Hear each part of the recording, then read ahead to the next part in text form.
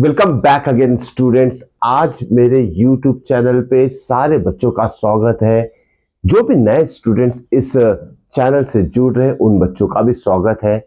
आज हम एक नया टॉपिक शुरुआत करने वाले। It is from subject maths, chapter number 4 quadratic equation. देखिए बच्चों, ये जो चैप्टर क्वाड्रेटिक इक्वेशन है ना, तो इसका कुछ ना कुछ ऑलरेडी आप स्टडी कर चुके हो, क्लास 9th में किया है। इवन क्लास 10th में अगर जिन बच्चों का पॉलिनोमियल चैप्टर हो चुका होगा, उससे थोड़ा ना कहीं इस चैप्टर का कनेक्शन जरूर है।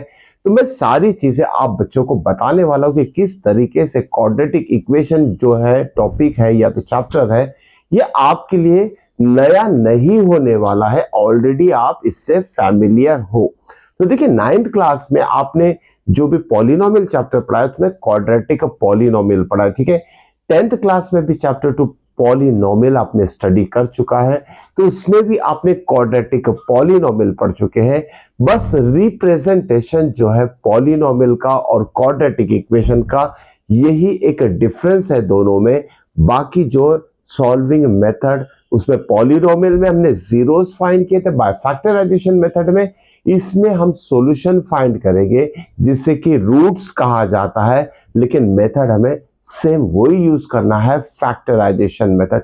ठीक है, तो ये सारी चीजें आपको माइंड में रखकर चलना है। तो एक तरीके से देखा जाएगा तो पॉलिनोमियल का जो फैक्टराइजेशन या तो find the zeros of the polynomial है, उसका भी थोड़ा बहुत रिवीजन इस चैप्टर में हो जाएगा। चलिए शुरुआत करते हैं। Quadratic equation, okay. अब इसे रिप्रेजेंट कैसे किया जाएगा? सिंपल सा तरीका है। कोई भी इक्वेशन अगर इस फॉर्म में दिया हुआ है, देखिए ax² plus bx plus c, okay, equal to 0, तो इस इक्वेशन को हम क्वाड्रेटिक इक्वेशन कहेंगे। ध्यान में रखिएगा, A B C are any constant terms, okay. Negative हो सकता है, पॉजिटिव हो सकता है, फ्रैक्शन के फॉर्म में भी हो सकता है। तो ए बी सी कांस्टेंट हो जाएगा। कोई भी इक्वेशन इस तरीके इस स्टैंडर्ड फॉर्म में अगर दिया है, इस फॉर्म में दिया है, तो उसे हम क्वाड्रेटिक इक्वेशन कहेंगे। अब इसे थोड़ा कंपेयर कर लेते हैं पॉलिनोमियल से।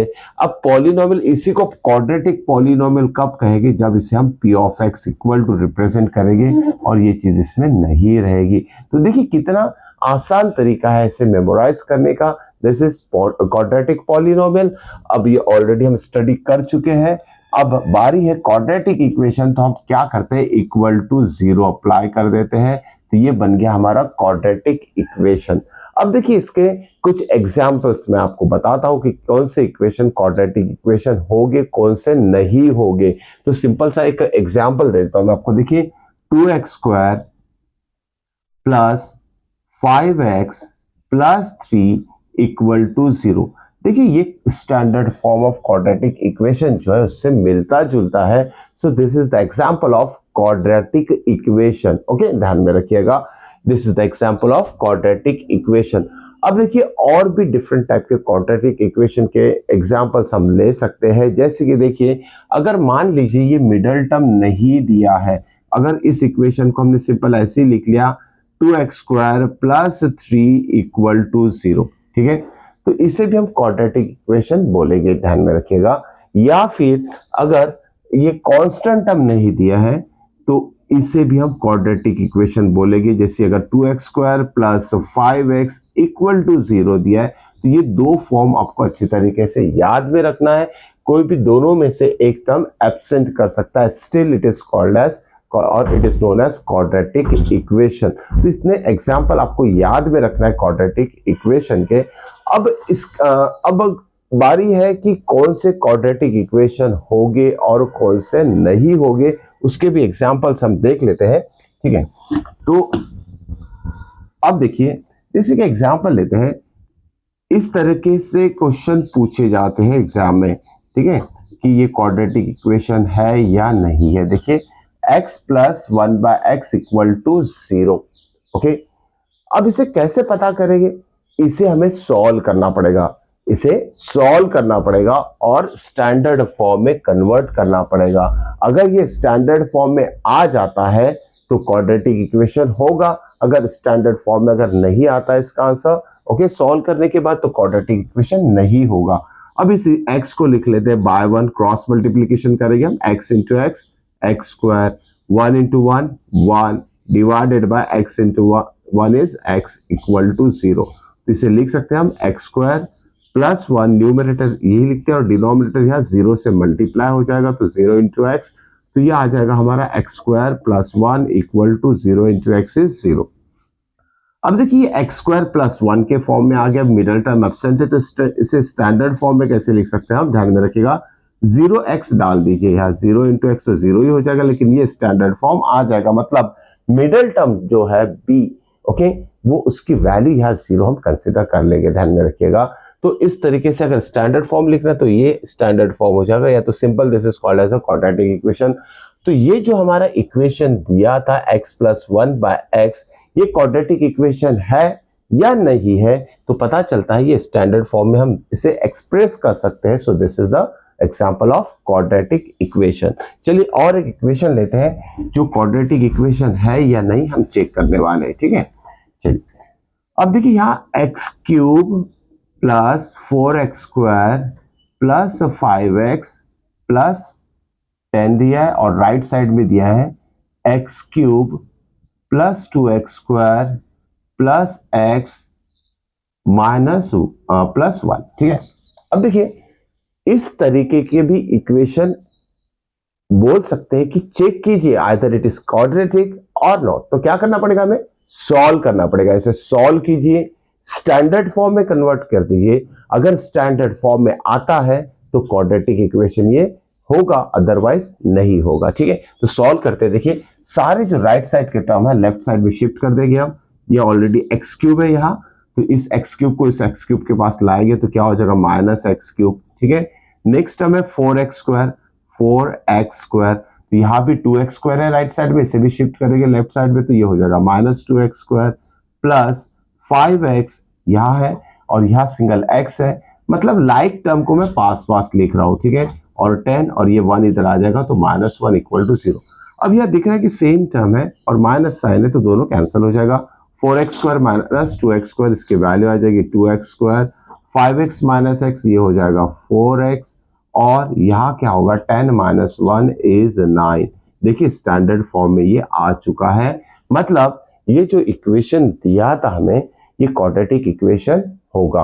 ओके, होप सो कि समझ में आएगा किस तरीके से हमें सॉल्व करना है, स्टैंडर्ड फॉर्म में कन्वर्ट करना है, ओके, और चेक करना है कि ये स्टैंडर्ड फॉर्म में अगर आ जाता है, ओके, तो हम बोल सकते हैं सो जो भी इक्वेशन दिया है यहाँ, ओके, इरेगुलर ऑर्डर में दिया है, जैसे अलग अलग टर्म्स दिए, लेफ्ट साइड में दिया, राइट साइड में दिया है, उसे स्टैंडर्ड फॉर्म में हमें कन्वर्ट करना है और चेक करना है कि वो स्टैंडर्ड फॉर्म में अगर कन्वर्ट होता है तो क्वाड्रेटिक इक्वेशन होगा, अदरवाइज नहीं होगा, ठीक है।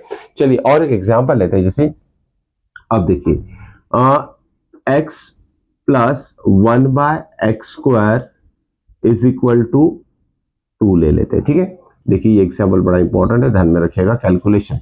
अब इसे भी हमें सॉल्व करना पड़ेगा और कोशिश करेंगे कि इसे स्टैंडर्ड फॉर्म में हम कन्वर्ट करें, ठीक है। तो देखते हैं इसे स्टैंडर्ड फॉर्म में ये कन्वर्ट होगा या नहीं होगा।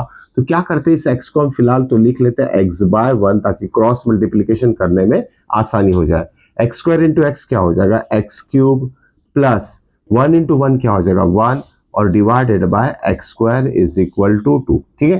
तो अब ये डिनोमिनेटर का एक्स स्क्वायर इधर 2 से मल्टीप्लाई हो जाएगा, तो क्या हो जाएगा, देखिए x cube plus 1 left side में, राइट साइड में एक्स स्क्वायर इंटू 2 कितना हो जाएगा 2x स्क्वायर, ठीक है। इसको इधर ला लेते हैं, x cube minus 2x square plus 1 equal to 0 लिख लिया। अब यहाँ चेक करते हैं, देखिए यहाँ जो डिग्री है x की, ओके, जो पावर ऑफ x है वो 3 है, और किसी भी क्वाड्रेटिक इक्वेशन का जो पावर ऑफ x जिसे कि हम डिग्री कहेंगे वो हमें सिर्फ 2 चाहिए, 2 के अलावा कुछ नहीं चाहिए, इवन फ्रैक्शन में भी नहीं चाहिए। जब तक x का जो पावर डिग्री है 2 नहीं रहता है तब तक हम उस इक्वेशन को क्वाड्रेटिक इक्वेशन नहीं बोलेंगे, ठीक है।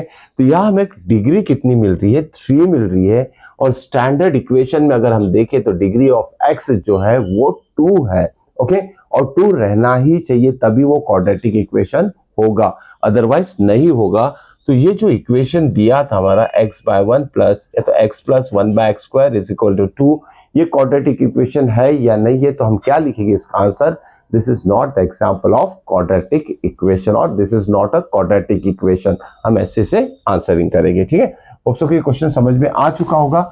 अब देखिए नेक्स्ट जो हमें मतलब स्टडी करना है, how to solve the quadratic equation. Quadratic equation को कैसे सॉल्व किया जाए।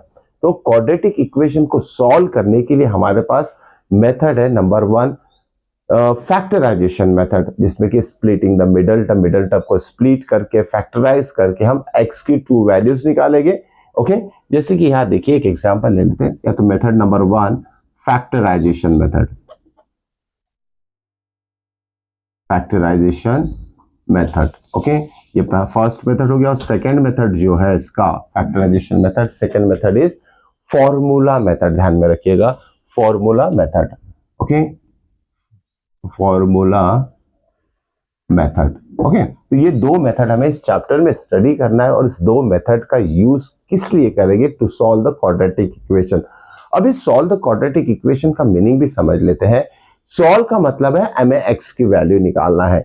अब देखिए x की वैल्यू हम इस दोनों में से कोई भी एक मेथड का यूज करके फाइंड आउट कर सकते हैं।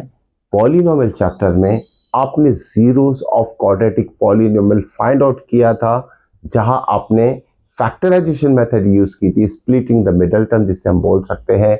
x के 2 वैल्यूज आई थी, ओके, वो 2 वैल्यूज ऑफ x उस पॉलिनोमियल चैप्टर में जीरोस कहलाते हैं। और यहां अगर सेम वही मेथड अप्लाई करेंगे, यहां भी x की 2 वैल्यूज आएगी। कोई भी इक्वेशन को सॉल्व करते हैं हम तो x के हमें 2 वैल्यूज मिलेगी। that 2 values of x is said to be the solution of the quadratic equation, जिसे कि हम रूट्स ऑफ क्वाड्रेटिक इक्वेशन भी कहेंगे। तो ये सिंपल सा मेथड है फैक्टराइजेशन, जो 9th क्लास से आप स्टडी करते आ रहे हो, इवन 10th क्लास में भी आपने पॉलिनोमियल चैप्टर में कर चुके हैं, तो ये आप इस मेथड से फैमिलियर हो। अब नया क्या है आपके लिए, ये फॉर्मूला मेथड, ओके। तो स्टेप बाय स्टेप हम आने वाले वीडियोस में सारी चीजें डिटेल में लेने वाले हैं। तो हर एक वीडियो को आपको मिस नहीं करना है बच्चों, अच्छी तरीके से समझना है, सिंपल वे से स्टडी करना है। और एक इंपॉर्टेंट चीज बताऊंगा मैं आपको, एनसीईआरटी तो आप प्रिपेयर कर रहे हो तो इट इज नॉट सफिशिएंट। ध्यान में रखिएगा मेरी wording, it is not sufficient. और या परफेक्ट स्टडी करने के लिए आपको और एडवांस लेवल में जाना है, क्योंकि बोर्ड ने डिसाइड किया है कि जो भी एग्जाम में पेपर सेट किया जाएगा, it is based on competency, okay, competency based question उसमें पूछे जाएंगे। नियरली 54% उसमें कॉम्पिटेंसी बेस्ड क्वेश्चंस आएंगे। इसके लिए आपको बहुत सारा कॉन्सेप्ट जो है अच्छे तरीके से समझना है, जो भी छोटे छोटे इंपॉर्टेंट पॉइंट्स हो गए उसे नोट डाउन करके रखना है, तभी जाके आप उस लेवल के क्वेश्चन को अटेंड कर पाओगे। और साथ में आपको 8 और 9th स्टैंडर्ड का जो भी मैथ्स से रिलेटेड छोटे मोटे कॉन्सेप्ट है, फॉर्मूलेज है, वो भी आपको अच्छी तरीके से लिस्ट बना के रख लेने हैं, क्योंकि उससे रिलेटेड भी क्वेश्चन बोर्ड एग्जाम में पूछे जाएंगे। ध्यान में रखिएगा, ओके। तो ये सारी चीजें तो मैं आपको वक्त पे समझाता ही रहता हूँ, जैसे जैसे वीडियोज है, क्या चीज इंपॉर्टेंट है, क्या कहाँ ध्यान देना है। तो ये सारी चीजें आपको माइंड में रखकर स्टडी करना है। तो नेक्स्ट वीडियो देखना मत भूलिएगा, जिसमें कि हम क्वाड्रेटिक इक्वेशन के क्वेश्चन सॉल्व करने वाले हैं। मिलते हैं नेक्स्ट वीडियो में, टिल देन गुड बाय।